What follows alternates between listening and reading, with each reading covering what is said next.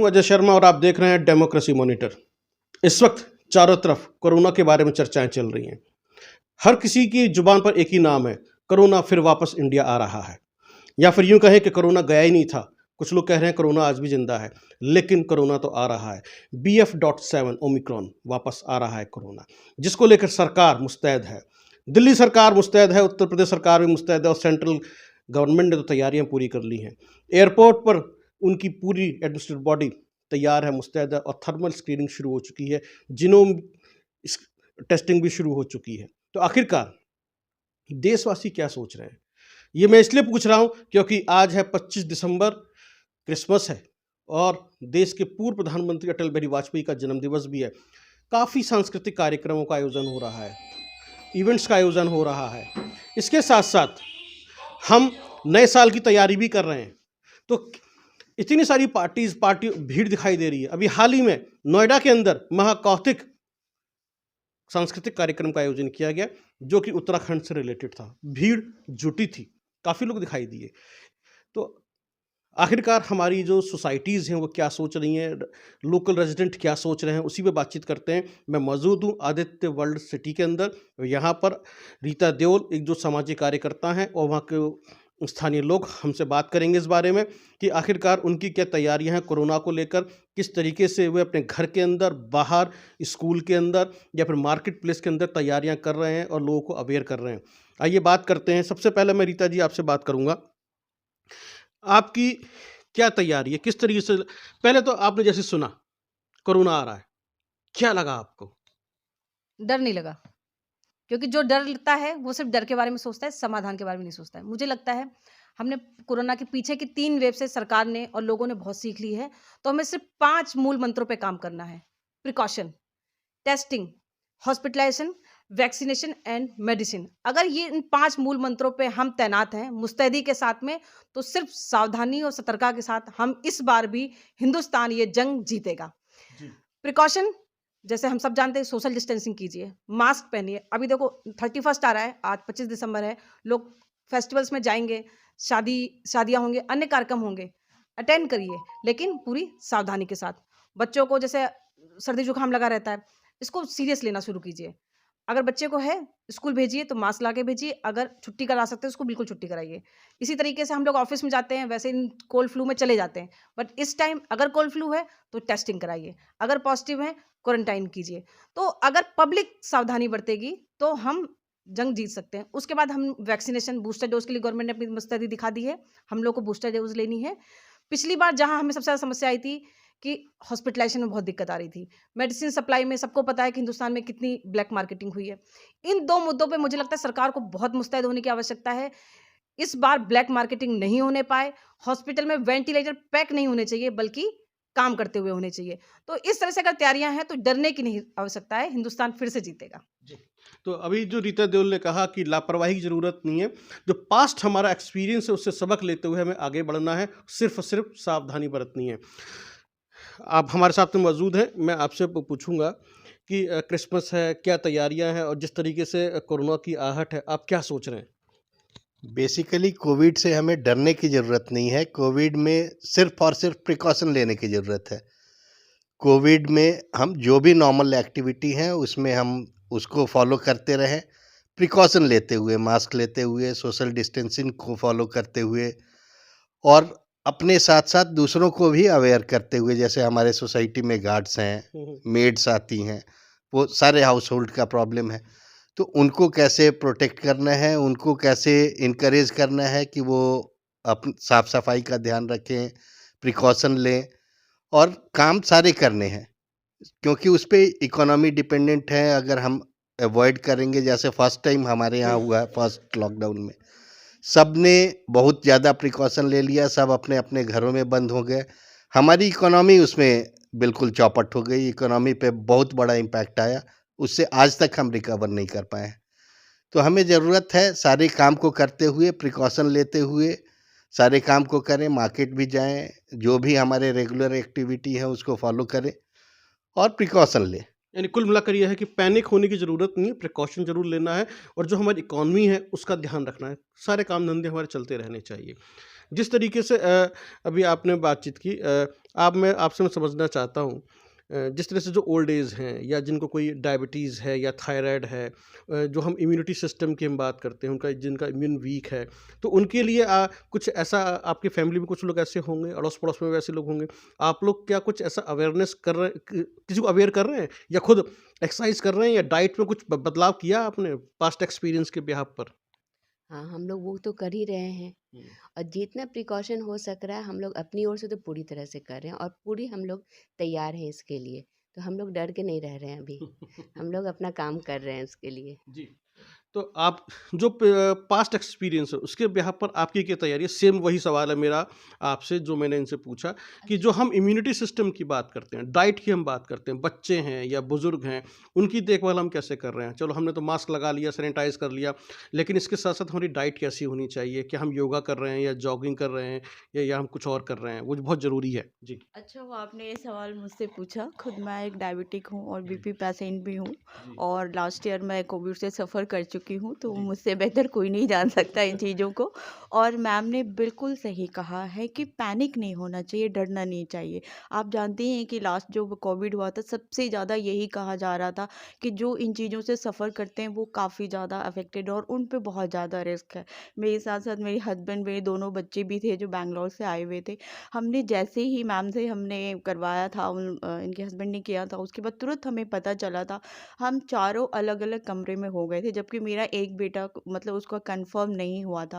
लेकिन फिर भी हमने प्रिकॉशन लिया था और हम उन डे टू डे इनसे संपर्क करते रहते थे, या जो भी व्हाटएवर इंस्ट्रक्शन फॉलो दिया जाता था गवर्नमेंट से, हम उसको फॉलो करते। और घर में भी, जहाँ तक आपने बात की हैबिट की, तो सर आज मुझे लगता है 3 इयर्स कंप्लीट, उससे भी ज़्यादा हो गए हैं, लेकिन ऑलमोस्ट 3 वो इयर्स। हैबिट नहीं गई है। आज भी हम मॉर्निंग में उठते हैं तो हमारी वही सुबह उठ के गर्म पानी पीना, काढ़ा पीना, हाफ एन आवर जो भी होता है, ग्रीन टी पीना, वो मैंने एक हैबिट बना ली है और टच वुड अभी तक ठीक हूँ और आगे भी कोशिश कर भगवान से मनाती हूँ ठीक ही रहूँगा। मैं अपने साथ-साथ उन सभी को कहना चाहूँगी कि प्लीज़ पैनिक ना हो। ठीक है, ये वेरिएंट आया है, इसको ये सोचिए कि अब हमें इसके साथ, क्योंकि ये जिस तरह से हो रहा है, मुझे लग रहा है ये एक एटमॉस्फेयर में ये एक जर्म्स आ चुका है। इसलिए हमें डरने की ज़रूरत नहीं है। गवर्नमेंट ने जो भी हमें इंस्ट्रक्शन दिए हैं, वो हमारे भले के लिए दिए हैं और गवर्नमेंट ही नहीं सब चीज़ के लिए ज़िम्मेदार होता।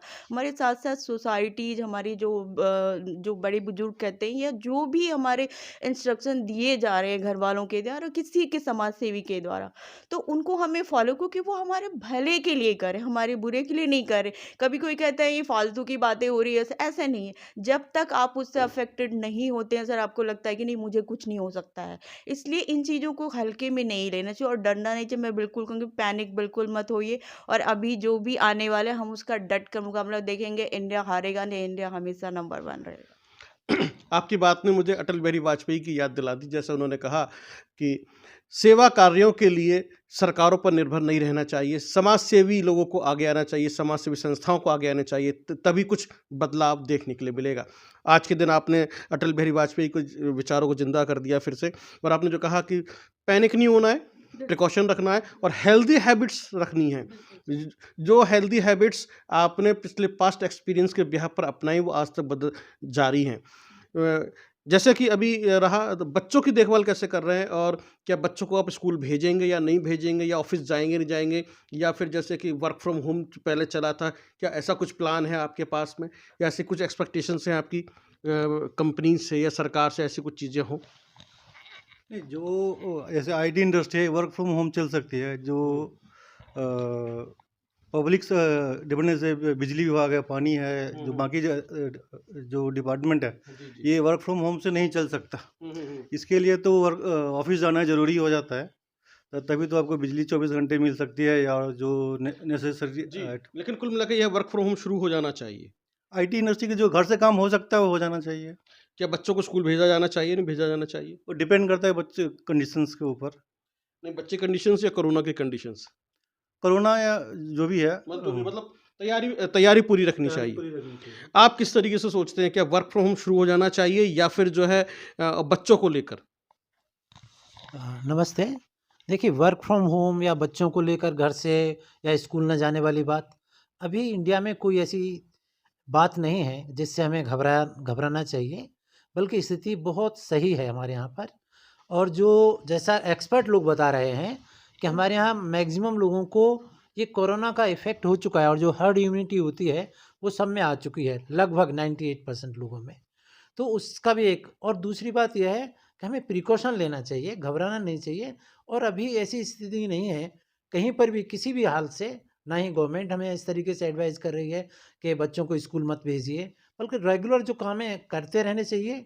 और जब ऐसी स्थिति आए तो उसके अनुसार जो सरकार गाइड करे उस तरीके से हमें पालन करना चाहिए। तो जैसे अभी आपने सुना, इन्होंने कहा कि हर्ड इम्यूनिटी सिस्टम हमारा डेवलप हो चुका है, लेकिन ये जो BF.7 है ओमिक्रॉन, ये उस स्पाइक को भी धोखा दे रहा है। आपने जो वैक्सीन लगवाई है उसको भी धोखा दे रहा है और आपको इफेक्ट कर रहा है। ये 1 घंटे के अंदर लगभग 20 लोगों को इफेक्टेड कर रहा है। यानी कि अगर आपको कोरोना होता है तो आपके आसपास के जितने लोग हैं विद इन 1 आवर इफेक्टेड हो जाएंगे। पहले वाला जो डेल्टा वेरिएंट था वो ऐसे असर नहीं डालता था, तब 4 या 5 लोग अफेक्टेड होते थे। इसलिए इसको लेकर चिंताएं ज़्यादा हैं, क्योंकि वैक्सीन भी काम नहीं कर रही है। सिर्फ काम करेगी आपकी हेल्दी हैबिट्स, आपके प्रिकॉशंस और आपका इम्यूनिटी सिस्टम कैसा है। अब इस पर बात कर लेते हैं, दूसरी चीज़ों को समझ लेते हैं। हम एक डेमोक्रेटिक कंट्री में रहते हैं, सियासत हमारे यहाँ हर चीज़ पे होती है। भारत जोड़ो यात्रा चल रही है, उत्तर प्रदेश में नगर निगम के चुनाव भी होने हैं, वहीं पर कोरोना वापस आ गया है। कोरोना भी अब सियासी हो गया है रीता जी। तो ये जो सियासत इसके ऊपर हो रही है, कांग्रेस पार्टी बार बार कह रही है कि देश के प्रधानमंत्री सियासत कर रहे हैं इसके ऊपर। तो क्या आपको लगता है कि लोगों की ज़िंदगी बचाने के लिए जो कदम उठा रहे हैं या फिर दिल्ली सरकार जो कदम उठा रही है वो सियासी है? कोरोना पे सियासत तो पिछली 3 वेव में हमेशा हुई है। अगर उसके लिए मैं सिर्फ़ एक बात जवाब देना चाहूँगी, अगर वो ये कहते हैं कि मोदी जी की सियासत चीन तक काम कर रही है, तो मोदी जी को हैट्स ऑफ।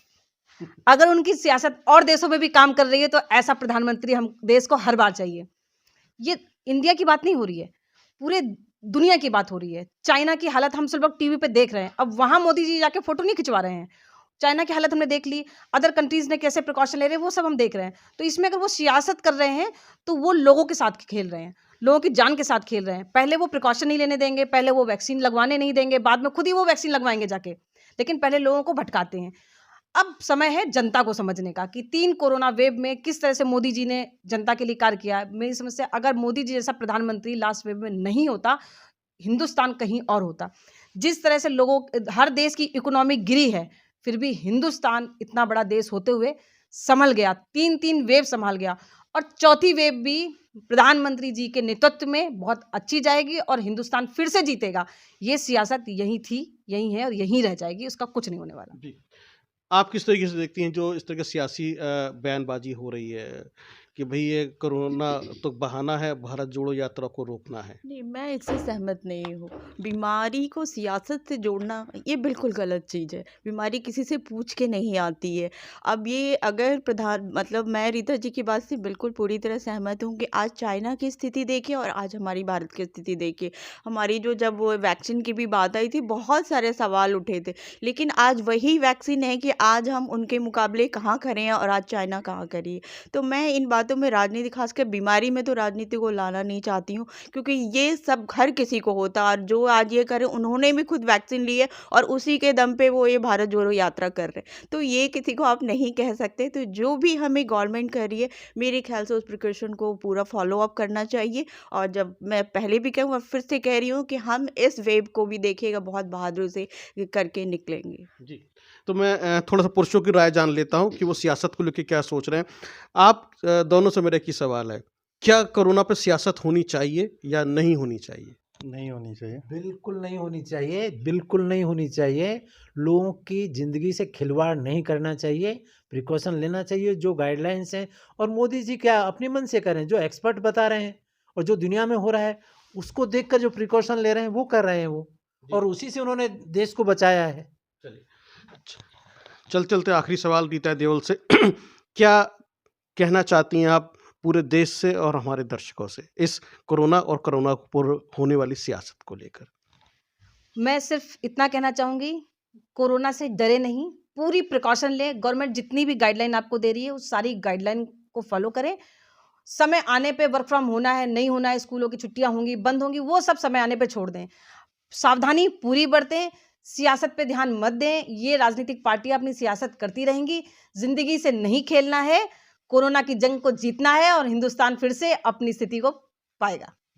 बहुत बहुत धन्यवाद रीता देओल जी हमसे बातचीत करने के लिए। तो अभी आपने सुना, सभी के विचारों को आपने सुना, सभी एक ही बात कर रहे हैं कि कोरोना के ऊपर सियासत नहीं होनी चाहिए, प्रिकॉशन रखिए, हेल्दी हैबिट्स रखिए, तभी आप कोरोना से जंग जीत सकते हैं और हिंदुस्तान एक बार फिर जीतेगा। ये कहना है गाजियाबाद के निवासियों का। बहुत बहुत धन्यवाद। देखते रहिए आप डेमोक्रेसी मॉनिटर।